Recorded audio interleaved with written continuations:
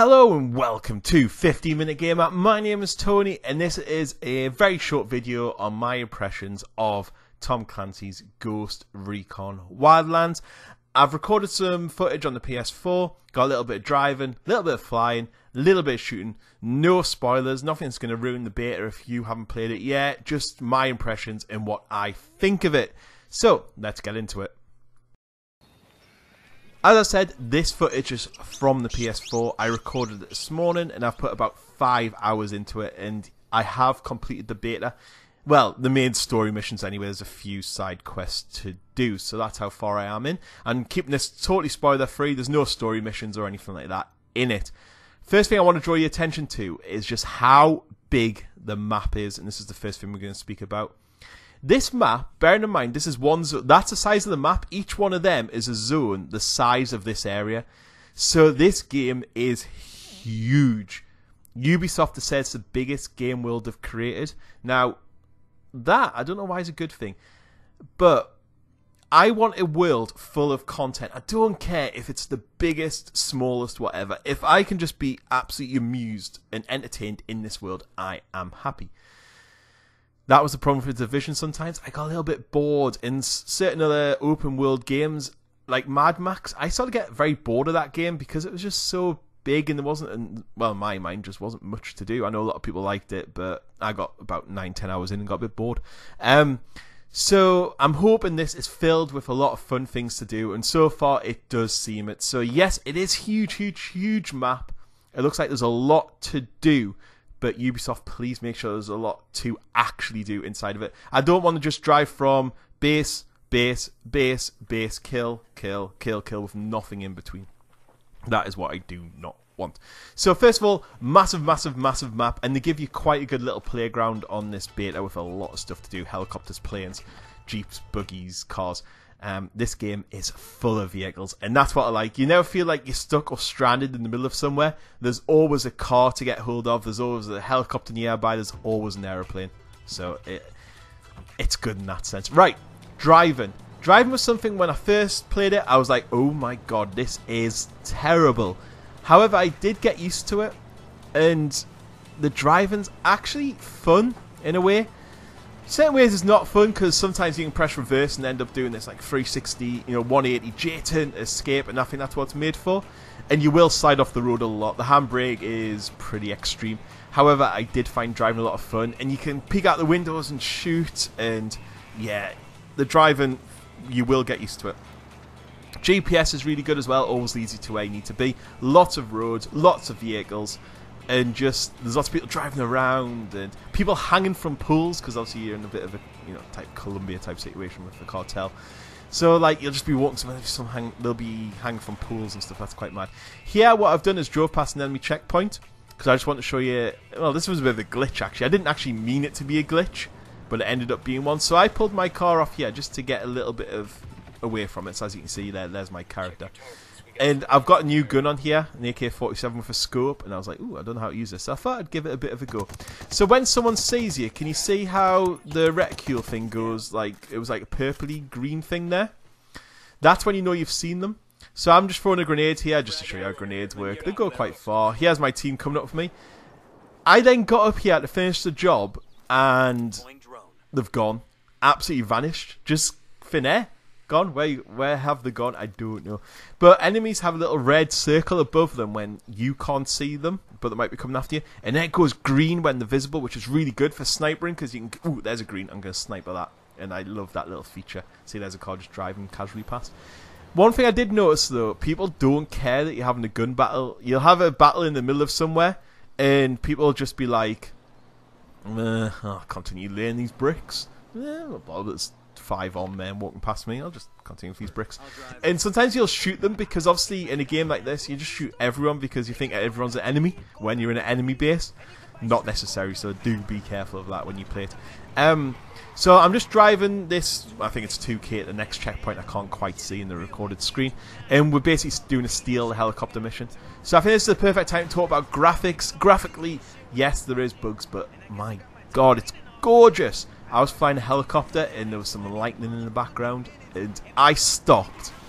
Well, I stopped because I was flying a helicopter, but I actually leveled the helicopter off and went, wow. Like, It looked incredible, just above a mountain. I wish I'd recorded it because it just looked amazing. There's a full day and night cycle, there's weather conditions, and all that jazz. The graphics are just really, really, really good. They've absolutely blown me away with how good the graphics are, apart from the odd bug, but you'd expect that from a Ubisoft game. So here we are pulling up outside of a base. So this was one of the last side missions I had to do, and I thought I'd show you how the AI works and what I can do in the game. So I've instructed them to open fire on this base. So as you can see, we've got a few guys down there. Take them out. Almost die because I wasn't paying attention. And this new gun, the scope's a bit too zoomed for my liking. I was trying to get in. I like getting in there and shooting them. The guy there I killed. In fact, I do die. You do get revived, luckily. But the guys will steal the helicopter and make your life really difficult if you don't kill them, so be careful if you're doing the helicopter one. However, what is annoying, they take the helicopter off in about 1.2 milliseconds, so you've really got to shoot them. You've really got to shoot them before they get in there. Cover system. This is where I demo the cover system. I do not like this cover system. It's not been improved. In fact, it's worse than Division. So as you can see from the cover, you kind of do pop up, but then goes into the first person mode. It goes into first person for shooting if you put the scope on. Some people may not like that. I don't mind it. And in fact, when I'm clearing buildings out, I do put it on that mode. I like looking through the gun. Cover system sometimes works, sometimes doesn't. Sometimes it snaps, sometimes, and it's just quite irritating a lot of the time. So you can see here, I've got a guy just down the bottom here, and there you go. See how he's so red because he saw me. And he's so red because he's dead. So I've got the AI on here, and they're just clearing through the base and help me out. There's ammo. Usually in a base, you'll find ammo crates. You're going to find things to tag. You tag for the rebels, because you're helping the rebels fight. And in fact, you will find rebels locked up in these bases. If you free them, they'll go to the nearest ammo crate, pick up some guns, and help you fight, which is just really useful. However, your moment of stealth is gone at that point. If you're going for a stealthy approach, just give it. As soon as you give them guns, it's just like all guns blazing. And yeah, they go a bit crazy. And he has some flying. Flying's my favourite thing. Flying in this game is really, really good. It is controllable. It's fun. You can land in some really tight places. You can, and as you can see, the graphics here are just incredible. You guys can sit on the edge of it and shoot out the helicopter, so you can like land in front of a car, and they can shoot the driver and stuff. And it's some really good moments I've had already on it. Some guns have weapons. Some helicopters do have guns on them. So yeah, you can like fly around a little gunship and take people down. But when you're in here, you press basically R1 for acceleration to go up and down. Just once you let go of that button, the helicopter becomes really responsive, and you can turn, twist, take off, back off. And I like that. I like the way there's that fast moving, quick pace, but there's also, as you can see here, the control aspect. It's really easy to look good. So this is just one of the rebel farmhouses. So look here, I'm just landing it in. You know, I'm just controlling it, keeping it easy. How easy was that on the marker? And you got the dust storms coming up and everything like that. Get out, and that's the mission complete. Oh, I love the helicopters in this game. They're brilliant. Here's the skill tree. So you have skills and skill points to unlock, so you can unlock different things for your weapons, drones, look at items, physical or squad. So I come down to squad and just have a look around, and I want to choose the skill just above that one, and then I can add that skill. So you can unlock skills for rebel support, your drones, and then if we look at the gun customization as well, we're talking all customization now, you can do your loadout at any time to change to a different weapon.